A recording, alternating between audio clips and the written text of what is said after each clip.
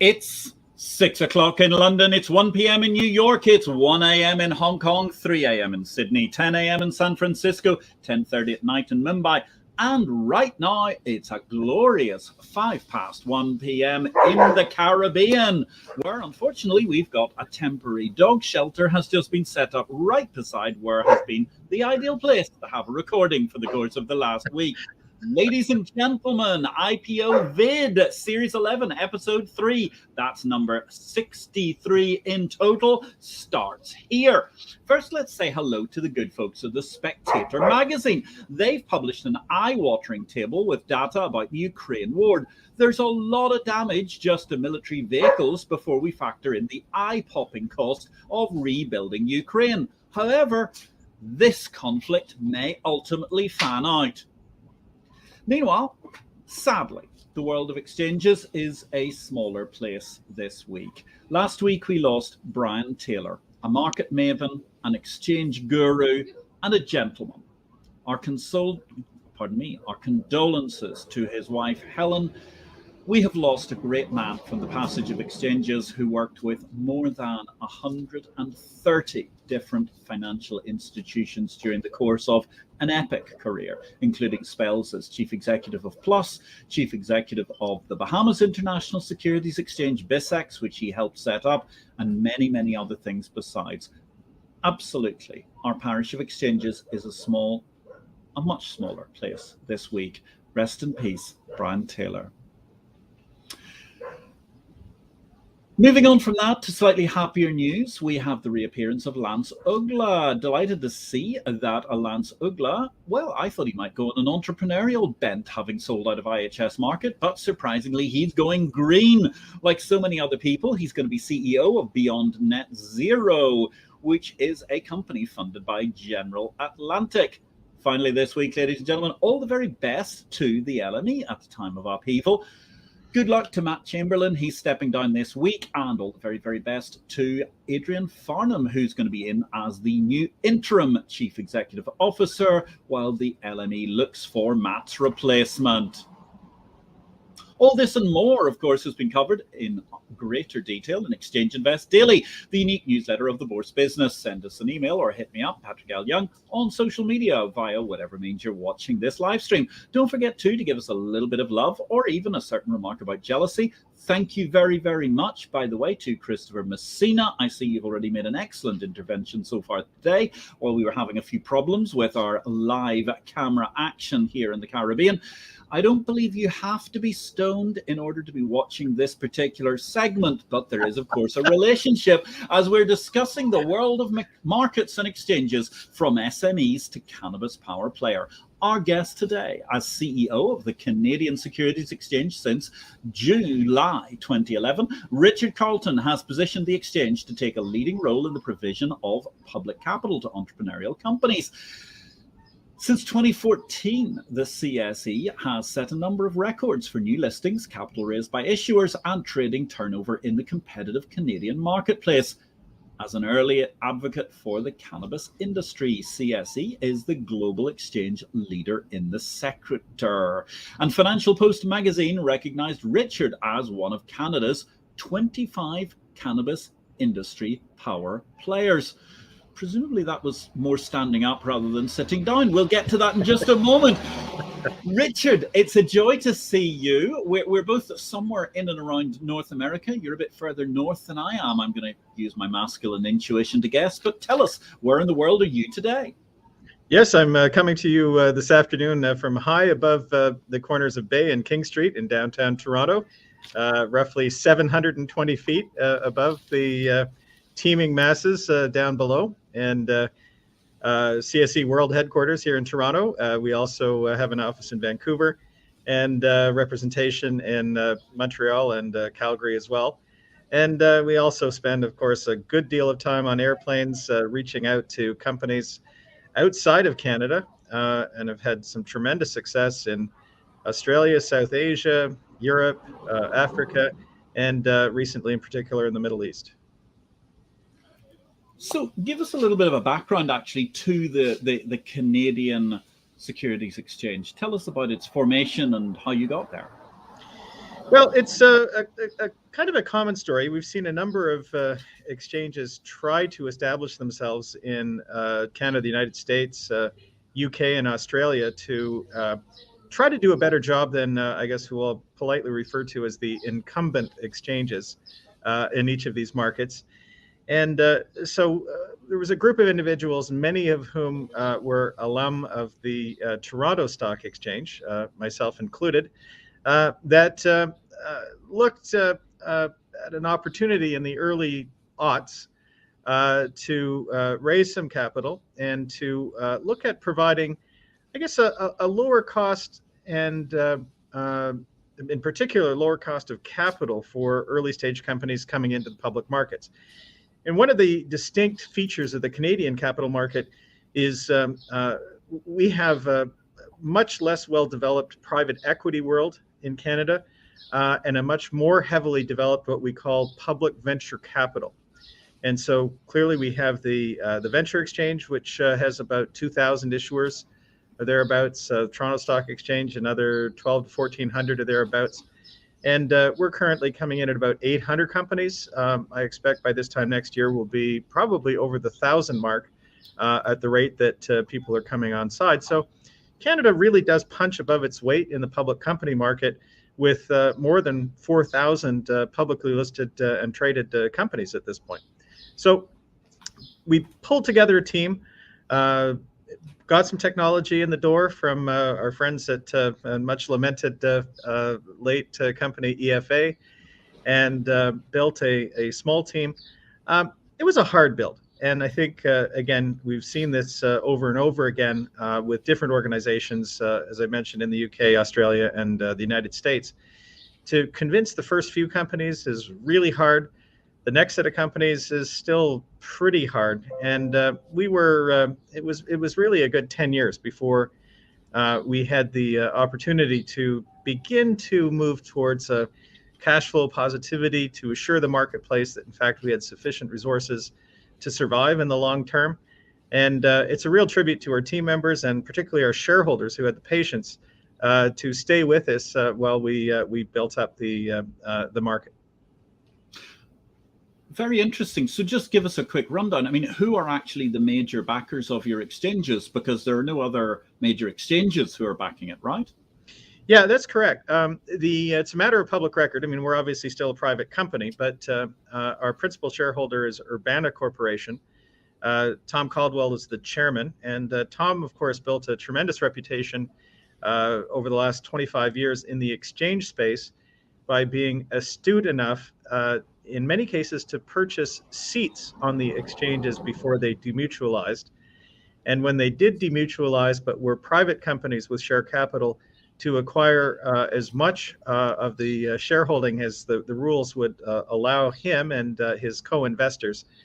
And of course, they had a number of very, very successful trades, whether it was with the old Vancouver Stock Exchange here in Canada, the New York Stock Exchange, the Chicago Board of Trade, a number of properties around the world. They profited by the tremendous increase in valuations of the public exchanges.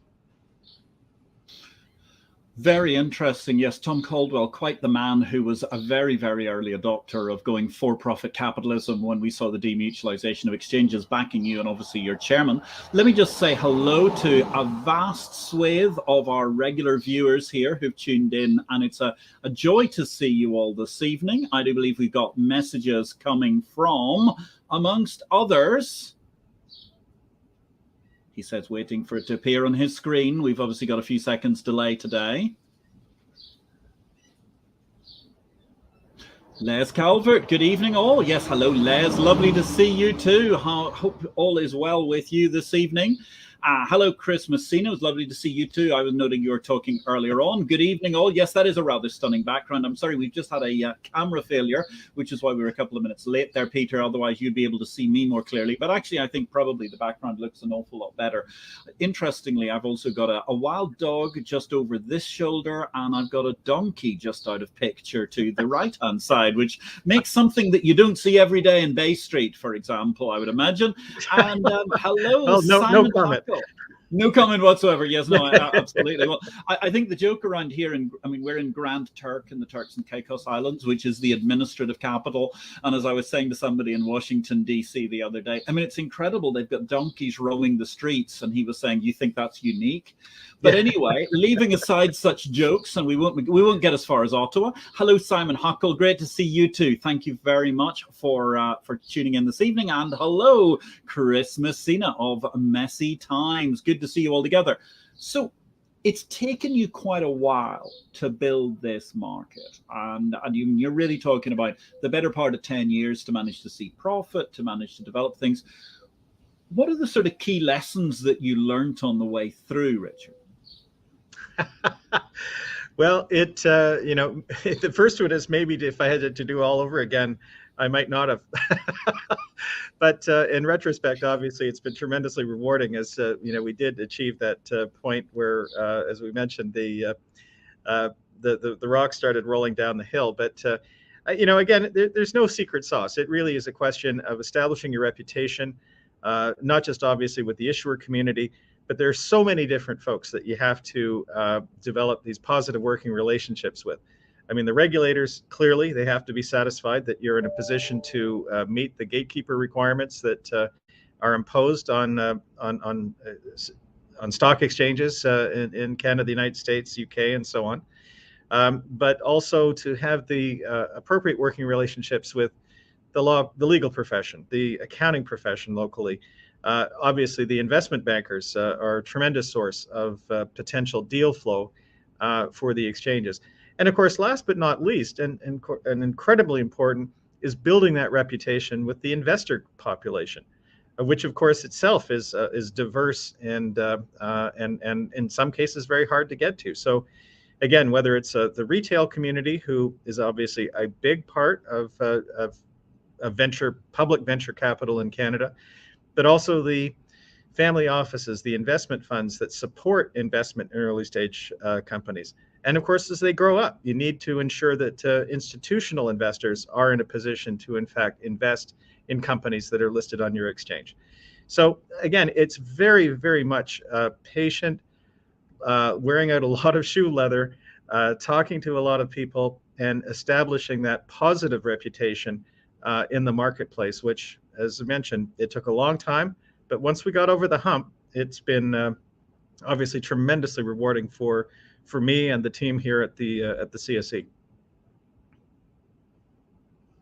To have 800 listed companies, that's something that a vast number of national stock exchanges can't even claim throughout the world. And you're one of umpteen exchanges in Canada. We actually had your old friend and ours, Josh Schmidt, on just a few months ago talking about his exchange, Neo, in the Canadian marketplace as well.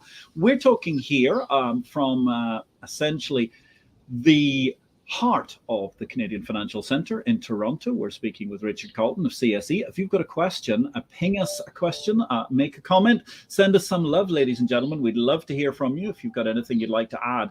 So, Richard, tell us a little bit about your personal interaction with the exchange, because you've obviously been CEO for quite a while now. Yeah, I actually started with the exchange effectively as kind of chief operating officer, I guess. I came in to actually oversee the implementation of trading system and related technology from NASDAQ. And that was our attempt to also provide alternative trading platform for securities that trade on the TSX and the Venture Exchange. And we were looking to take advantage of the so-called high frequency trading or short-term liquidity providers, whatever you want to call it, who are beginning to be very active in Canada after successfully disrupting the equity market structure in the United States. So we had something of a technology deficit in Canada at the time. The belief was that by offering a high performance, low latency trading system, that we'd be in a position to support those sorts of activities. We had a certain amount of success with that, but I think by the time everybody did catch up before very long in terms of the technology deficits, whether the incumbent or we obviously, as you pointed out, had competitors come up from the United States, others that were funded locally. So we very quickly went to, I think, something like 13 different trading platforms for Canadian equities at that point. There are, I would say, there's nobody in Canada that would suggest that that is not enough. In fact, quite the opposite. They'd say that's too many. So they were, as I say, the marketplace was very crowded, and I think it's fair to say that the profits quickly got competed out of that particular undertaking. But all along, of course, our focus was on building that the listings business. It's sticky. It has sustaining revenues, and gives rise to many long-term business relationships with the issuer community. And as I say, from an analyst perspective, you really do want to look at the strength of the exchange's listing franchise when evaluating the relative merits of the different businesses that you're looking at. Yes, I mean, it's fascinating the way that your franchise has developed. So just to give everybody a flavor, I mean, at the moment, you are concentrated fully on equity, or you also do debt issues? We do some debt. Publicly listed debt is not a terribly popular financing vehicle in Canada, unlike, for instance, in Latin America, where a significant percentage of the listed issues are, in fact, debt instruments. But you'll see some, in particular, convertible debentures that are listed by various companies. But again, our real strength, and I guess this is really what we're coming to, was the opportunity that we had that presented itself in the spring of 2014, when we began to see, or at least rather the Canadian government announced that they were getting out of the cultivation of marijuana for medical purposes, and that they would entertain applications for licenses to cultivate the plant to supply the needs of a growing number of medical patients in Canada who were prescribed cannabis for various ailments. And so the government, I think, expected a small handful of applicants. Instead, they wound up with thousands. And traditional sources of finance were closed to these folks. The bank investment dealers wouldn't take on advisory assignments or fundraising assignments for these folks. Bank debt, mortgages, so on, were not available for these companies. So the only alternative really was for them to raise the capital they needed to build out their grow operations and distribution networks and product development activities were the public capital markets. And so we saw a small number of companies approach us. Supreme Cannabis and Aurora Cannabis were the two first ones. We saw no issue with listing these companies. And within, I think, a few months, by the summer of 2014, we had roughly 30 companies from the space. And there was a real, I almost should say, euphoria amongst the investor community as they saw these companies come in, and there was very heavily traded, and the asset valuations increased quite dramatically out of the gate. This, of course, created that virtuous cycle where we saw more and more companies deciding to take advantage of that. And eventually we are today, I think, roughly 180 companies out of the 800 or so that are directly involved in some way, shape, or form in the cannabis space in Canada, and of course, subsequently from the United States, where most of our large issuers are based, but also from the UK, from Europe, from South Asia and Central America, South America, and of course, Israel, which is an important source of new issuers for us as well. That's very interesting altogether. So if we're looking at that, actually, well, here's a question. Absolutely perfect question altogether. Spot on timing. Thank you. Our mutual friend, Paul Bowes, from somewhere else around the Toronto City Centre CBD, is writing to us today. A question for Richard. Does there continue to be any challenges to serving US clients in states or jurisdictions that have a less liberal policy towards the cannabis business?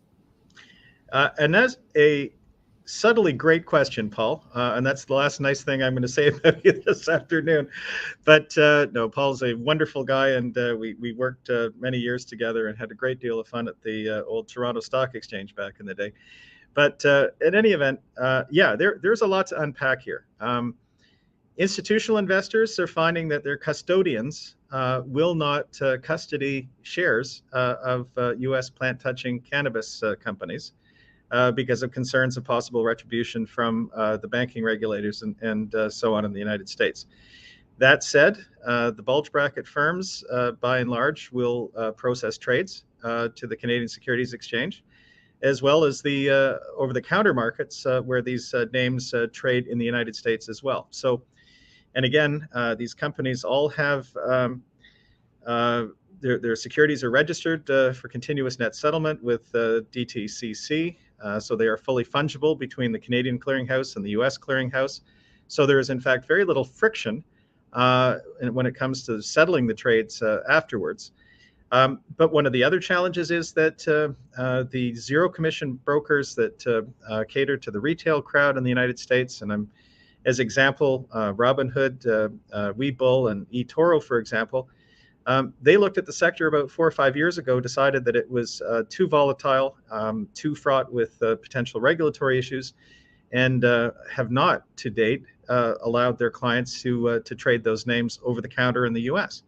So that's a considerable source of frustration to the issuers, because they get a lot of phone calls from Robinhood clients wanting to trade the stock, and they're frustrated when they can't. There's some other subtle things, Patrick and Paul, that we're working on, to some bumps in the road that we're looking to clear. So, for example, probably 5 or 6 of the companies that are listed on the CSE are big enough to be in the U.S. small cap indices, which are maintained by MSCI and, of course, one close to Paul's heart, FTSE. And yet, of course, the providers don't have rules for what are potentially quite large U.S. companies which aren't listed in the U.S. So we're working with those providers, and we hope to provide an avenue for our issuers to gain membership in those indices. I believe our largest Israeli company, Cannabis, is also big enough for the Israeli sub-indices as well. So it's not just a U.S. story. And it's 40 to 50 billion in market cap that is represented by these issuers. So it's starting to build up into something that's quite material, that folks who either benchmark themselves or who, in fact, try to replicate the returns from those benchmarks are going to have to take a hard look at investing in the securities of these issuers in order to avoid tracking error against those benchmarks. So yeah, there are still a lot of things that we're continuing to work on, but a lot of goodwill and support from the issuers, and certainly from some of our partners in the index world as well. We see good things ahead for everybody here. Certainly, it's got to have been rather challenging, to put it mildly, trying to work with the rather schizophrenic approach to legislation of the folks to the south of your borders in Canada over the course of the last 10 years when it comes to cannabis. Well, in Canada, we have a lot of tolerance and understanding for differences at the federal and the provincial level. And what we're seeing in the United States, of course, is obviously a strong dichotomy between the approach at the federal level as opposed to the individual states level. So, and again, the companies that are succeeding have learned how to operate within the restrictive boundaries that they are. So it's not the end of the world for them if it's status quo, certainly for the remainder of Mr. Biden's term, because it's abundantly clear that he's not prepared to spend any political capital in order to try and get some form of liberalization at the federal level through both houses of Congress. So yeah, I mean, I think again, we're likely looking like we're going to have to continue to deal with the present system for the foreseeable future. Canada presents different challenges for the companies operating here. The major one is that it's abundantly clear that in an adult recreational use jurisdiction, the cannabis industry is essentially a consumer packaged goods undertaking. And it's really difficult when you can't actually engage in sales activities or marketing. And brands are the most important thing, the most valuable thing that you bring to market, and you can't actually invest in the development of those brands or in actual advertising. It makes it extremely challenging for the consumer who may be interested in different products, different formulations, different delivery modalities. And again, the industry is extremely frustrated because it's a very hard build for them to develop consumer loyalty and to begin to invest in products which have higher margins. So, which brings us elegantly to actually a comment that we've got a question here that's just come in from Peter Secon. Thank you very much, Paul Bowes, for your question. What additional work, regulatory requirements go to strengthen investor confidence in emerging cannabis companies? Well, we did a lot of work early on with the regulators on the specific areas of concern on the company's disclosure when they list, and then elements for continuous disclosure or on their annual financial information forms. So, and we very quickly came to an agreement as to the very specific areas of risk that we wanted the companies to address. So that's part of it. The other part of it is, and I think this is unique in the industry now, or at least in the public markets now, the shareholder profile for, say, Curaleaf or Cresco or Trulieve, which are the biggest cannabis issuers listed on the CSE, based in the United States, and again, multiple billions in market capitalization, but it's 95 to 96% held by retail. And without the, I guess, the stabling influence, if you wanted to call that, of the long-term investor, the indexers, the various other folks that would hold a much higher percentage of the shares of a comparable consumer packaged goods company like a Coke or a Pepsi or a beer company or what have you. It does mean that the volatility profile, it tends to be much higher for these companies than I think their appropriate peers. So, and that in and of itself, I think, creates investor confidence issues, because it's one thing when the stock is going up by 10% a week or 15% a week or whatever. It's something, again, when the stocks, in fact, are in a downdraft, which they, generally speaking, have been for the last little while. Again, people do get discouraged with the valuation profile for these companies is just not going to change, and it's just not going to be properly recognized. That's quite fascinating altogether. So does the cannabis sector have a very specific, for want of a better term, vibe in the way that it actually performs investment-wise? Absolutely. There's very little correlation with the broader market. So from that perspective, investors may want to take a look at, whether it's a hedge or what, I'm not sure. I haven't specifically done the variance covariance matrices to see what the right offset is.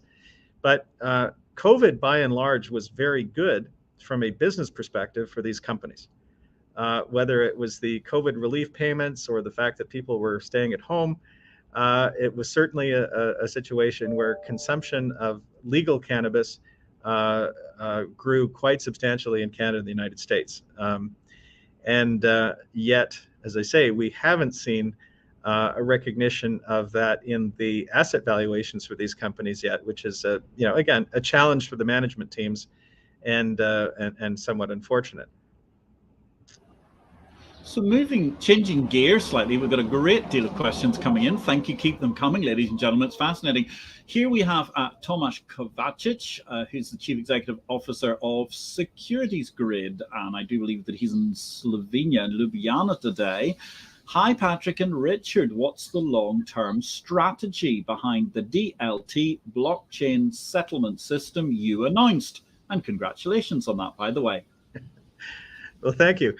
I think there's really a couple of things here. The first one is with the initiative, what we're looking to do is to stimulate the listing of instruments which aren't currently, I guess, economically feasible with the existing trading, clearing and settlement, and in particular, entitlements management technologies that we use or lack thereof.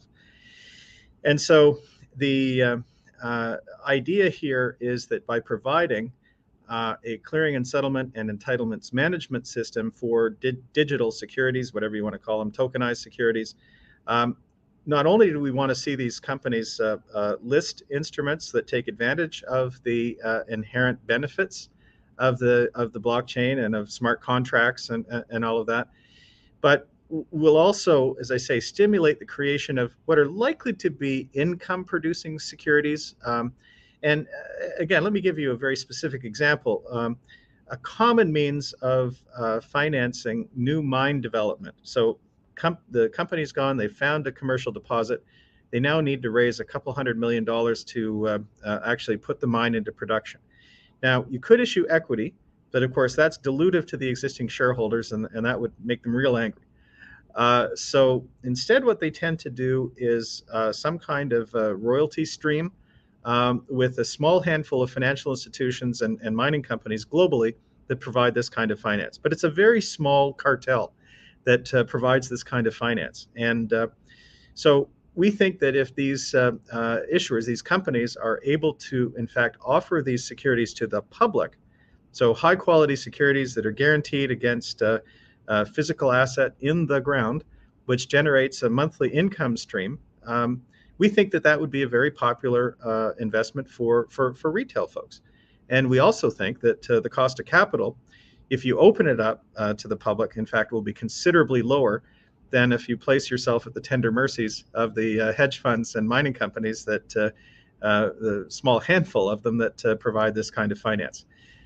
So that's just an example of what we plan to do. So we're at a stage now where over the course of the summer, we're going to open up to third-party testing. The system is pretty much put together at this point from end to end. We're doing some fine-tuning with the portal that we're providing to the dealers and some of the other folks to provide them with not just visibility onto the chain, but also to provide them with reports that will integrate quite nicely into the existing back office systems they're running. I have to say I got to know a whole bunch more about the plumbing than I ever wanted to, Patrick. But it's important. And there's, I think it's fair to say, a crying need to innovate and to disrupt the back office space with these new products and services. There's a crying need to innovate in the back office. Yes, I think that's absolutely fair. Now, this is very interesting, though, talking about, I'm going to come to Peter Second's question in a moment. Thank you, Tomasz Kovacic, for your question about the blockchain-related things. You hit on something very interesting there. You're talking about these rights payments. Now, if I remember correctly, there are actually 1 or 2 or 3 already listed Canadian rights payments companies of one kind or another. Did that make it easier, or does that make it easier for you to get regulators to appreciate the dynamics of these sorts of tokens? I believe so, Patrick, because again, if we're going to, hand in hand with the regulators with an existing framework, right? That not where we're selling fractional interests in a portrait of a gorilla or something, There's nothing better than a badly pixelated gorilla picture to really excite the average. I'm not really sure what it says about human evolution that so many males under the age of 35 suddenly think it's exciting. Now, somebody 5 years from now, when we're the global home for gorilla and fractional NFT trading, somebody's going to play that to me and try to embarrass us. But in all honesty, as I say, going to the regulators with a deal structure that has been pioneered and is extremely well understood in the private equity space, and all we're doing is simply being able to market that same transaction, same underlying structure, same set of guarantees and security aspects. I think is obviously will make it much easier to get the blessing from the regulatory community. Well, certainly, I think there's 2 points to unpack there, and that is obviously the fact that you, like I, sound to be clearly far too conventional investor, because I looked at the Bored Apes Yacht Club and just thought next before managing to miss out on what was a colossal bull market of something that seemed quite remarkable. And at the same point in time, I think it is very, very interesting, though, what you're talking about, because we've had a lot of conversations about right streams and things like that. And some regulators, I mean, they're quite literally reaching for their tape measures and looking to put you in an orange jumpsuit. And yet in Canada, you've already had these sorts of businesses for many years. And therefore, I think it does create a very interesting opportunity. So your blockchain token platform, just to remind us, you're looking to get that into beta in the near future? That's correct. Yeah, it's currently in our internal test environment, and as I say, we're just fine tuning some of the reports that we be provided to different folks on chain. Again, mostly looking at the dealers, but of course also the transfer agents and the payment on our payments partner, and some of the other folks with visibility on chain.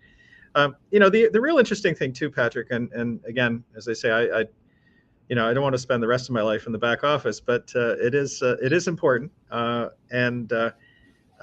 there is tremendous potential here too to revolutionize things like shareholder communications and investor relations, proxy voting and solicitation.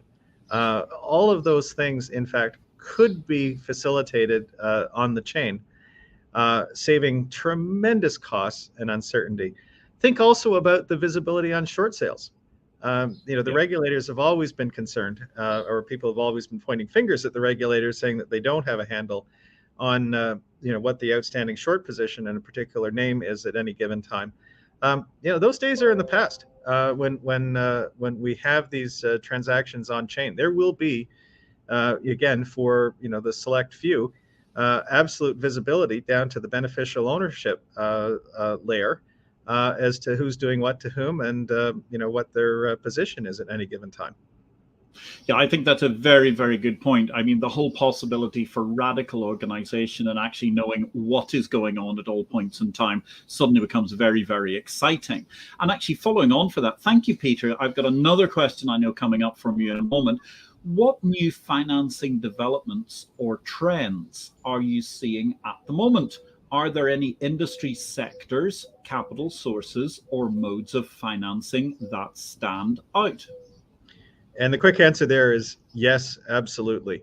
Coming out of COVID, everybody was expecting that there would be I guess we'll call it, shorten the supply chain trade, and whether that meant strategic minerals being delivered from Canada, the United States, as opposed to from China or Russia, or the West Africa, and so forth. That there was a belief that this was going to be a very interesting area of investment. Of course, the war in the Ukraine has only strengthened that theme, as well as of course the Russia sanctions, which remove significant sources of supply into a variety of industries. And then of course at some point we're going to be looking at rebuilding the Ukraine as well.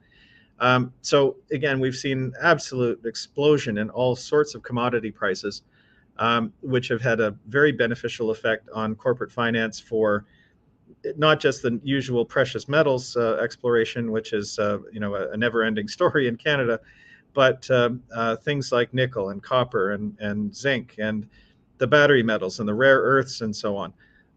These are heady times for the operators of those companies for raising finance to expand the projects.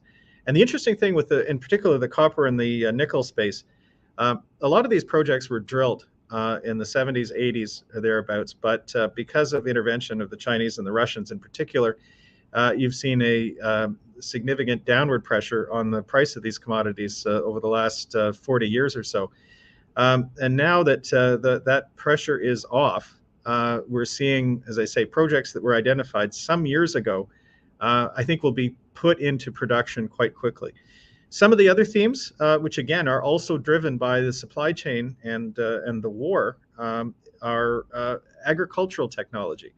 It's absolutely imperative that farmers in Canada, the United States, Brazil, Argentina, and parts of Western Europe increase their yields dramatically, and in fact, this year in particular.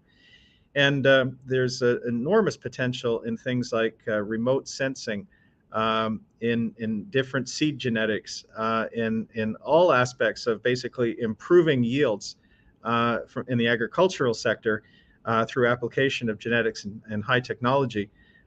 Those companies are also receiving funds and are getting a keen audience from the investment community globally. So we're seeing a lot of that. The psychedelics space is also an interesting one that's been going on for the last couple of years. But suffice to say, Patrick, before people think I'm really lost my mind, there is in fact a quite large body of historical clinical research into the therapeutic benefits for depression, addiction, anxiety, and some other mental disorders, which we seem to be having more of every day. And whether it's LSD, ketamine, psilocybin, which is the active ingredient in mushrooms, and some of the other compounds which people have been using for 5,000 years in different cultures, there's a lot of there that will be explored by companies that are looking to support the creation of treatments and prescription medications. And so we have about 30 companies that are pursuing different angles and different compounds in that space. And as I say, that one will really get me a sideways glance at a cocktail party when people ask me about, what are the strong sectors on the Canadian Securities Exchange. But I can assure you, as I say, that there is some significant therapeutic benefit to be derived. And I think there will be, in particular, a generation of drugs forthcoming. Now, that's the other thing. It's kind of like the mining industry. It's not next week or the week after. It takes years to get through the clinical trial process in Canada and the US. And but there will be at some point in the not too distant future specific treatments based on things that not that long ago people just thought of as party drugs or street drugs. So, ladies and gentlemen, if you see a man sidle up to your teenage studying children at a cocktail party by the lakes during the course of the summer, and he says, not the future is plastics, it's psychedelics, you can rest assured you've just met Richard Carleton, Chief Executive of the Canadian Securities Exchange. Now, it's a very, very interesting, though. I mean, it's fabulous. There was actually a question I was going to ask you, Richard, which was, well, you say you're at 800 listings now. When are you going to get to 1,000? I think you answered that question by telling us about how many opportunities that you're previewing out there. It's very interesting also unpacking the discussion about agriculture. And certainly one of the things I find remarkable is you're talking about sensing technologies, all of those sorts of things. You look at John Deere, I mean, truly the most agricultural of agricultural equipment makers. And you look at now how they've got these incredible black box systems, which are actually based on the same ways that 20 years ago, NATO were using them in order to bomb people with precision guided missiles so that you can manage to get the most yield out of your farm. And I think it's incredible, the idea that you can actually automate your tractors to farm all night long if you so need them to, which is another fascinating issue. But obviously, we need that wheat right now, particularly if you're looking to be, well, those people who are to the south of the breadbasket of Europe right at this point in time, which isn't looking towards a bumper harvest. Chris Messina, great question from him. Thank you very much. As an American who sits on a Canadian board, I sing the praises of the Canadian regulatory structure. My private venture based in Greenland is offering a real assets NFT, so I'm glad the CSE is smart. Well, there you go. Praise indeed from Chris Messina in Florida, somewhere between the two of us. And to Peter Secon, his final question out of a batch he's had so far. Thank you very much, Peter. The Canadian Securities Exchange had its best year ever in 2021. What does 2022 look like, and how do you make the business grow even further, Richard? Well, I guess there are a couple of things, and we've really been talking about this, for most of the last hour, Patrick, and that is, again, building that reputation with the influencers and in particular with the investors as being a place that is friendly to the issuer community, is easy to work with, problem solving, and so on and so forth. And it really has built on itself. So our word of mouth, our referrals, many entrepreneurs, of course, don't just have a single project underway. They've got more than one, so that if we give them a good experience with their first listed company on the CSE, the likelihood is overpoweringly that they will come back for the next 2, 3, 4, 5 projects. The outlook for 2022 is interesting. We had an absolute explosion of, in particular, retail trading during Q1 in 2021. Something like 4 to 5 times what we experienced in Q1 2022. So from that perspective, the trading is certainly down, and that's to be expected in the junior markets, especially when you've got a higher interest rate, and there's there's certainly significant downdraft pressures in the large cap market, which again never bodes well for turnover activity. But I have mentioned that we are going to, I think, significantly exceed last year's records for new listed companies. We're very, very busy. We have a very large pipeline, and it's from many, many different sectors. So that is, of course, incredibly positive for the organization as we move through the year 2022. So there's that. But again, to also recognize, Peter, and thanks for the question, that we are also subject to the tides too, and so things are very positive for public company investment at this point, and that will help us go up. But of course, inevitably, there will be times when things aren't quite so robust, and that's sort of part of the joy of working in a public securities market. We can be really smart, do all the right things, but it doesn't necessarily have that immediate impact in terms of the overall business performance. But I like where we are right now, and 2022 is certainly shaping up to be an excellent year. That's marvelous news. Marvelous to hear altogether. Thank you very much to Paul Bowes. Paul Bowes is noting, I joined a call on cannabis as a financial asset and have learned about blockchain, agricultural technology, and supply chain mitigation investment opportunities. Loving it. Well, there you go, Paul. Thank you very much. I'm delighted you could join the show and learn about so many things. It's certainly fascinating talking all about the cannabis opportunity and much, much more here with Richard Carleton from the CSE. I just want to go back to one thing, Richard, you were talking about earlier. You've talked a lot about the cost of capital and trying to make that as low as possible for your issuers and therefore helping them invest in their businesses. What sort of ways do you actually achieve that? Well, the first benchmark we had to hit was equivalence with the established provider of public venture capital in Canada. I guess it's bad form to mention your competitors by name, I guess, but roughly an all-in, early stage companies will pay about 14% on an equity issuance, which seems like a lot, but of course this is it's a risky space, and so we do benchmark ourselves and see that we have in fact achieved equivalence, and in fact slightly better than that. And Patrick, it really is a function of all of the things that we've talked about. There has to be liquidity.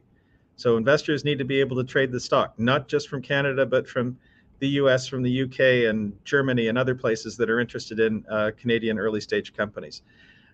We need to have as little risk associated with the trading systems. They've got to be absolutely rock solid. The provision of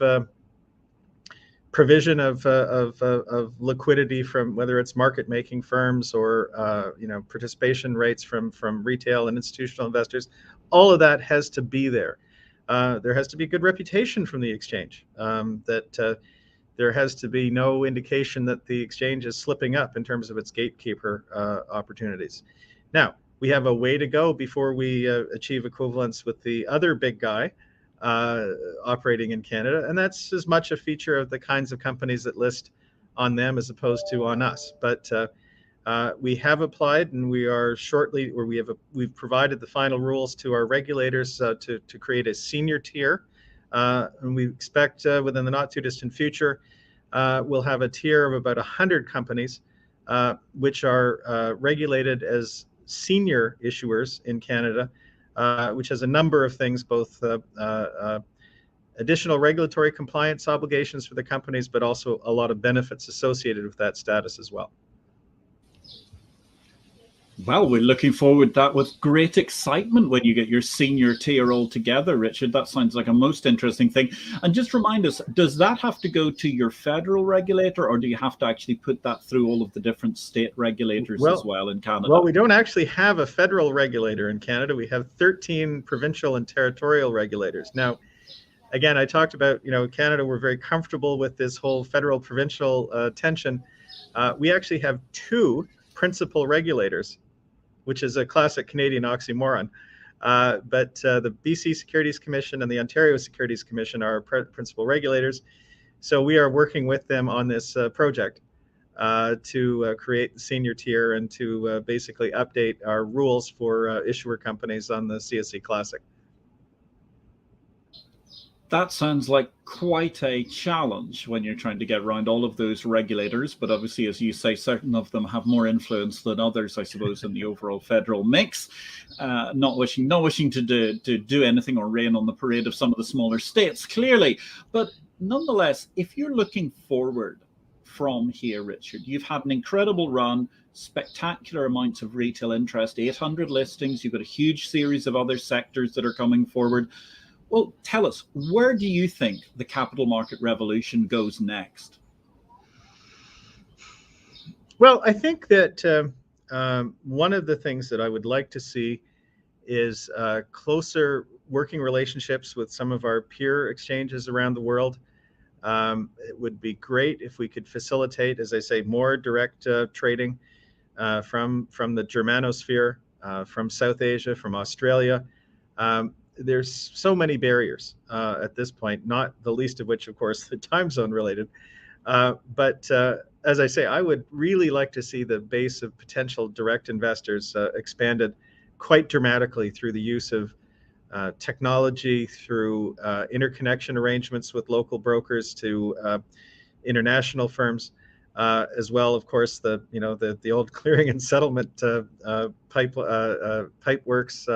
Also has to be cleared up to reduce costs and to make it cost effective for people to be able to access those opportunities.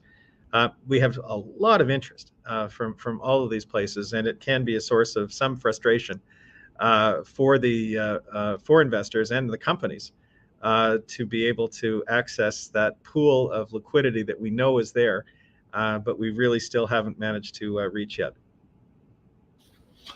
Well, on that fascinating note, this has been a whistle-stop tour from the Canadian Securities Exchange, talking about their move. Well, it seems to me that the move isn't merely from SMEs to cannabis power player, but it's to a top-tier stock market. Indeed, one might argue, to infinity and beyond. Richard Carleton, it's been absolutely a joy talking to you today about so many things happening. I hope we'll be able to keep in touch and see you back here at some stage as the white heat of golf buggy technology takes place behind me. And we'll have the opportunity to talk more about how your exchange develops with its fabulous performance so far in terms of SMEs and developing these many, many interesting and exciting niches, as Paul Bowes noted, whether it's in agri-tech, whether it's in psychedelics, and of course also your blockchain platform, which looks superb altogether. Only remains for me to say thank you very much to all of our participants who asked questions and commented this week. Thank you, Christopher Messina, Les Calvert, Peter Second. Thank you, Peter, for your many questions. I think when it comes to influencers, certainly there's a possibility that you may be on the transfer market and given a very high value in the near future for the financial market and SME stock market influencer possibility.